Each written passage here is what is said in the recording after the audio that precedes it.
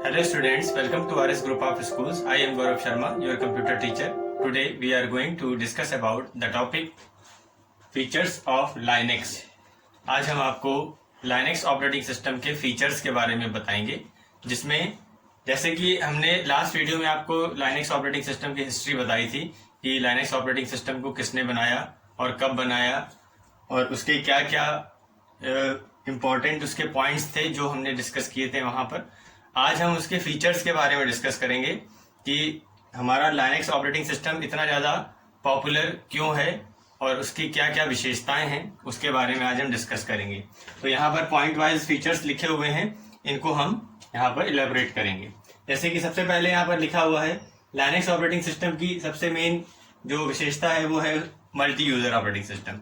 Linux एक ऐसा operating system है जो कि मल्टी यूजर ऑपरेटिंग सिस्टम होता है। मल्टी यूजर का मीन्स बहुत सारे यूजर एक साथ उस Linux और एक सिंगल सिस्टम को यूज कर सकते हैं। जैसे कि इसका हम आपको एग्जांपल देते हैं। जैसे मान लीजिए हमने एक कोई सर्वर बनाया हुआ है जो कि Linux ऑपरेटिंग सिस्टम पे बेस्ड है और उससे रिलेटेड बहुत सारे सिस्टम कनेक्टेड हैं।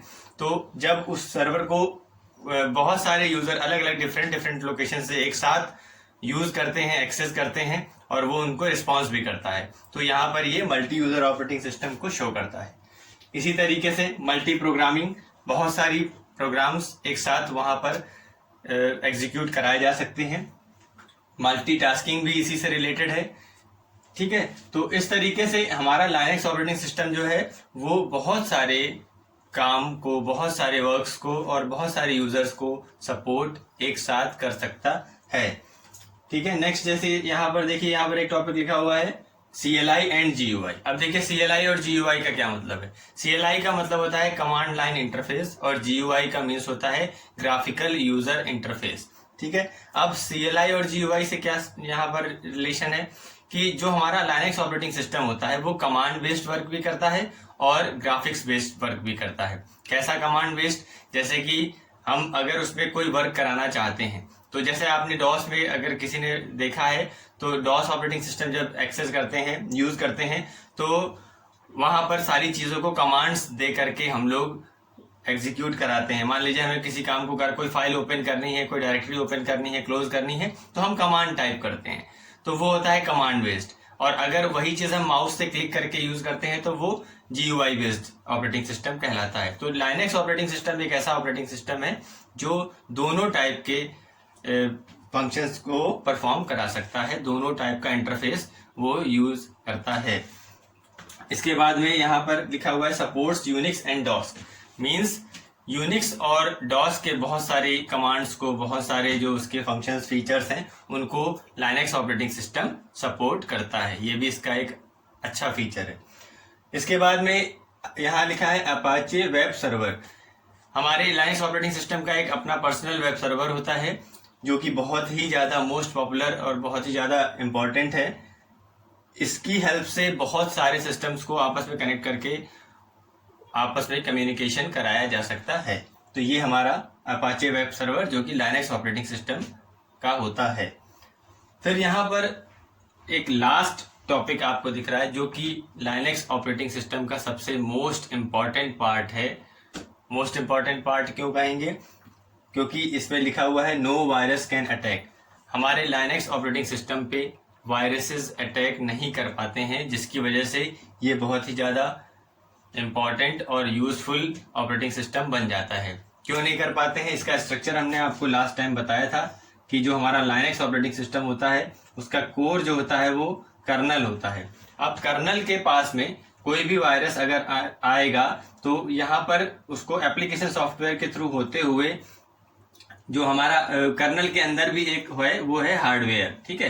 अब कर्नल के अंदर देखिए, यहाँ पर कर्नल है और इसके अंदर है हार्डवेयर।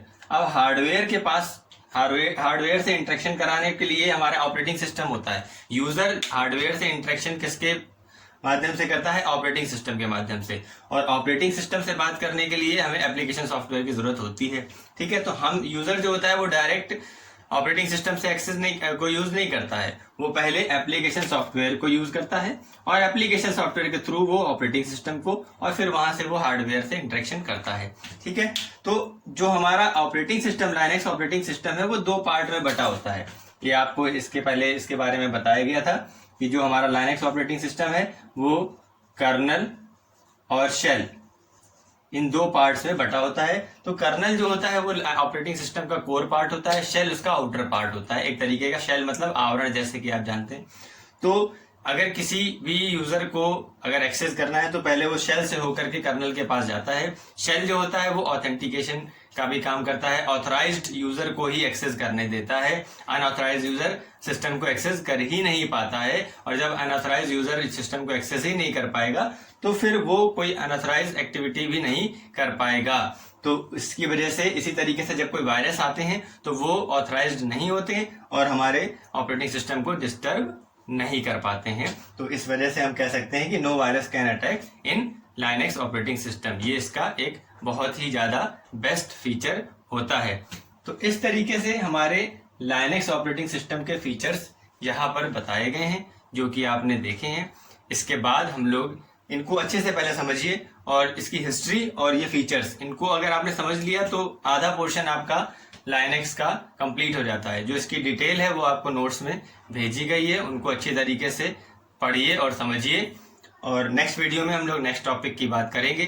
तब तक के लिए keep studying and be happy always. Thank you.